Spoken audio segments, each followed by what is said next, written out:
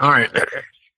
Let's get into Rare Books USA eBay store monthly reports. And I will say this is the end of quarter one. This is the end of March, March 31st, 2025. So the first 3 months of the year of 2025 is complete. So I guess you can call this my 10Q.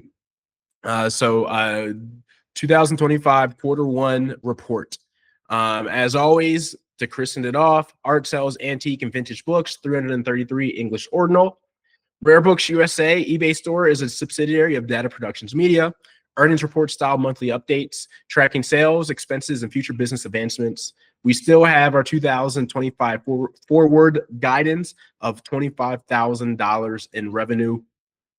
We're still in line with that, even with me bringing up earlier how March was a little bit of a tough month for me personally, and having to take some time away, which I did have to use the time away on eBay,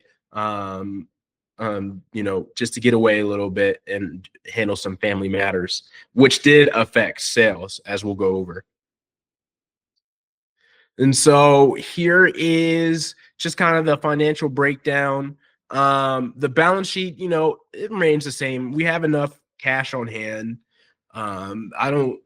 My buys, my biggest expense is buying books. I've been a lot better at buying curated collections at a cheaper rate and not spending as much money on premiums. But also, what I'm also understanding is to source better books, at least from where I'm at. I live in Salt Lake City. There's not a shortage of books, but there are a shortage of gems that you can find at a cheap price. Like, everything's picked over, and there are ways to combat that. I'm working with that. But my expenses with sourcing on like Whatnot or buying curated collections, it's a little bit higher, but I know I'm getting quality. I don't have to go out and hunt as much. I'm saving time. But overall, so like we have enough cash on hand to operate, and we have enough revenue coming in to replenish. When it comes to the income statement, profit and loss, the net income right now, we're at a negative $230.55. Now, okay, at the end of quarter one, we have a negative net income of $200.30. Now, you would think at some point, we would be running at a profit, and that's the goal. But I'm still in the growth phase. I'm still buying books. Not only that, I'm putting more expenses, like my car expenses, gas on my my business card, because I'm using it for business. Like, I'm using it for business. I'm making sure I'm doing the right thing, and I'm getting all my expenses correct. So that was the difference between the first 6 months of last year. Was I was still figuring out everything, but now I'm making more in revenue, but I'm adding more expenses on. But it's going to have an equilibrium once I start making the turn and able to list even more with the freedom I'm about to have. So my net income right now is negative $230.55.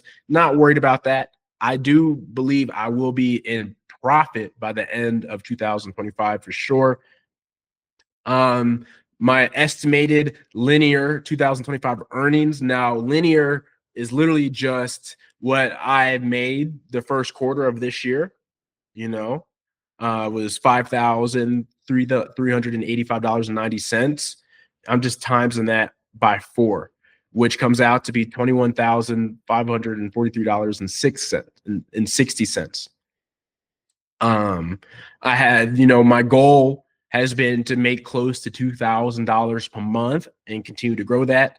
But like I said, I had to take essentially a week off and go to a funeral for my grandfather. And so I put my eBay store on time away, which shows buyers that, hey, the seller is going to be back at a specific time.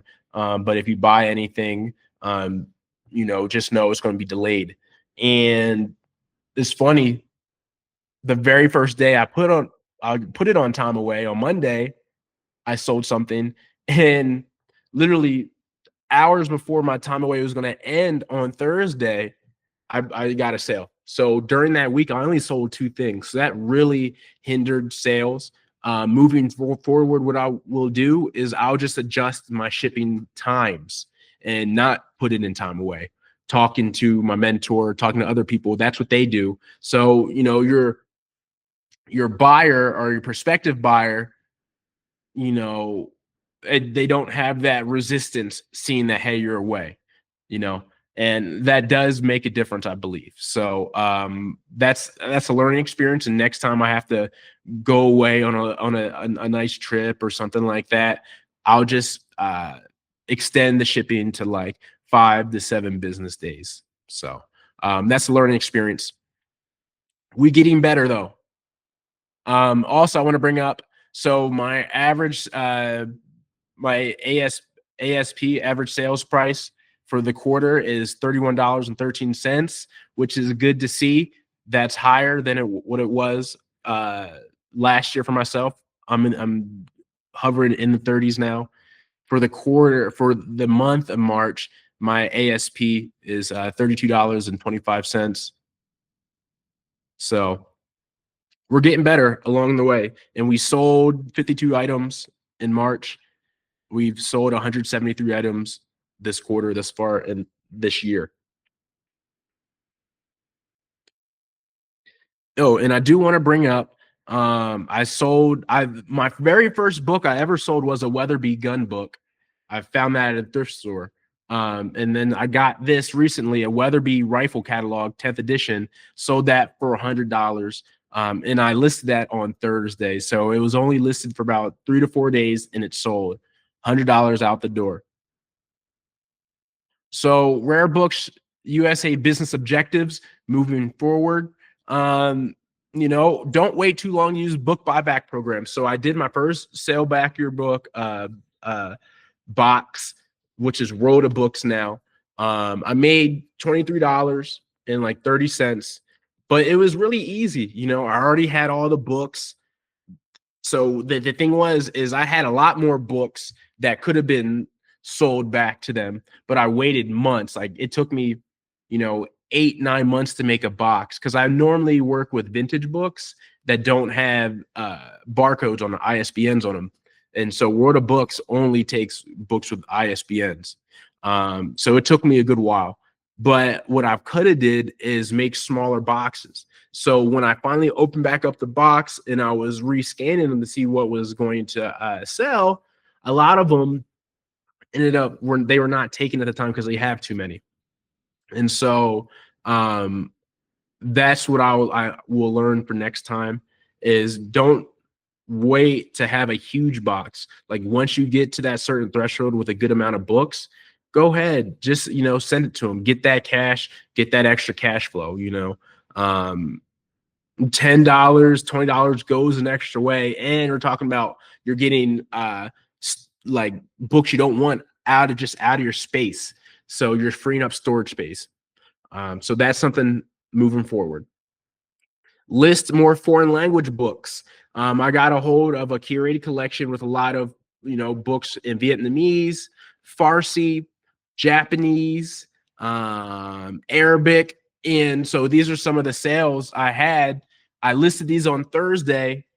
I was at a wedding over the weekend. These sold by Sunday, and they're already shipped out. So the foreign language books, especially the Farsi books, they've been getting a lot of love. A lot of love. You see, I sold 3.